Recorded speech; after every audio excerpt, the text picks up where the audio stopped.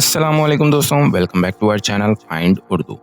Contingent contingent का मतलब है मुख्तलिफ लोगों का ग्रुप। मशरूत कंटिंजेंट के दो मतलब हो सकते हैं। एक ग्रुप या टीम, जैसे आर्मी का कंटिंजेंट किसी मिशन के लिए जाता है।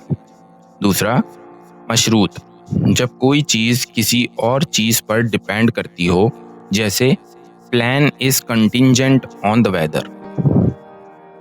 A large contingent of soldiers arrived at the border. फौजियों का एक बहुत बड़ा ग्रुप सरहद पर पहुंचा।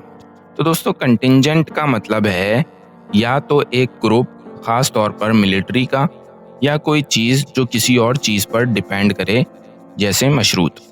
उम्मीद है अब आपको कंटिंजेंट का मतलब समझ में आ गया होगा। मिलते हैं नेक्स्ट वीडियो में। शुक्रिया।